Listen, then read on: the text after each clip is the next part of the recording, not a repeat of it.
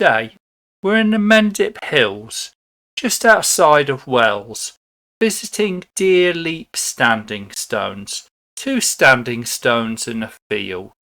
And it's going to be a short video because these are probably the least significant but most stunning standing stones we've visited. You make your way up past Ebba Gorge, and there's actually a small car park for the gorge, but come out of the car park and continue up the very steep Ebba Way. And about 200 metres further up, there's a gate for hikers to enter this field, and here are these two beautiful standing stones. Now, they may be Neolithic. There's actually no evidence that they are. They do actually come from quite close to here. There was a small quarry about 400 metres away where similar types of calcite were mined. So they're probably just leftovers. But for centuries they've stood in this field, and the first record was the 1720s when they were identified as the Deer Leap Stones. Now this hillside with the stunning view over the rolling hills and the Somerset levels, even if you look very tightly you can see Glastonbury Tor in the distance there. But it was a bit of a, not a misty day, but a low cloud day. Well, anyway, this field and this hill has been known as Deer Leap for at least 2.5 centuries. And legend has it that the stones were placed to commemorate a particularly large leap by a deer. Well, actually, I thought I saw a third stone, and as I headed over to explore it, it poked its head up, and it was a deer. So the deer do still leap at Deer Leap. Now, is this a Neolithic standing stone? Well, the evidence would suggest it's not, more by the lack of evidence than the present. But just look at that view. The camera really can't capture how beautiful it is sitting in this field with the wind blowing through the grass and the ranges of hills poking out of the what used to be the Isles of Avalon. This area below, much of it would have been flooded seasonally, and the hills that we see today would have been islands. But certainly for centuries, people have come to this beautiful spot and sat and enjoyed the view and soaked up the atmosphere and wondered what these two stones are about. Well, there's two here.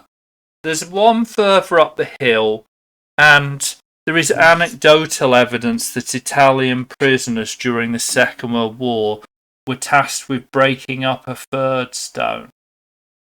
So it may not be the most exciting or the most significant or the oldest, but I would definitely say if you're in this part of the country, say if you're at Wookey, it's about 5 minutes drive from Wookey Hole, and we'll be going to Wookey Hole in a few weeks' time to visit the cave there, which really isn't just for kids, which is sometimes the impression that's given of it. But keeping on topic, it's just such a beautiful spot.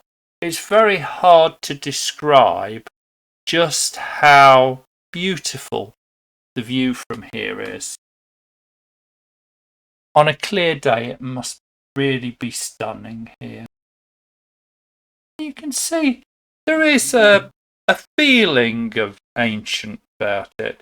Although there's no evidence that these are standing stones, if you've watched any of our videos where we visit standing stones and Neolithic burials, they often are placed in spots like this with a spectacular view.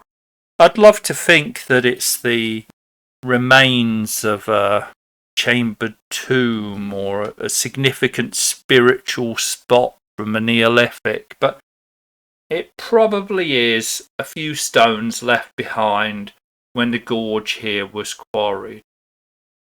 And that forested patch there running down the hill is actually Ebba Gorge, which is a nature reserve you can walk around.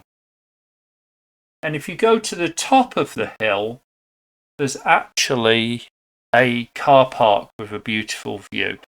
So it's well worth coming here. Check out this spot and enjoy this uninterrupted view of old England, the rolling green fields and hills, the gentle mist that builds up in Somerset. And there is something unusual about the sunset in Somerset, about the quality of the light. Maybe it's the level of moisture, but you get a misty feeling in the morning. And I hope you enjoyed our visit to the Deerleap Standing Stones as much as I did. Sometimes it doesn't matter if it's a historically significant spot. It's just a pleasure to enjoy the green fields of England without the mills and flats and all the houses we build everywhere. But it's a beautiful little corner of England. And do join us. We're going to be taking a walk from Glastonbury Tor to Gog and Magog. And you could argue that those two trees, which are over 1,000 years old, are much more significant than these stones. But please do like and subscribe and join us again next week for more Unbound History.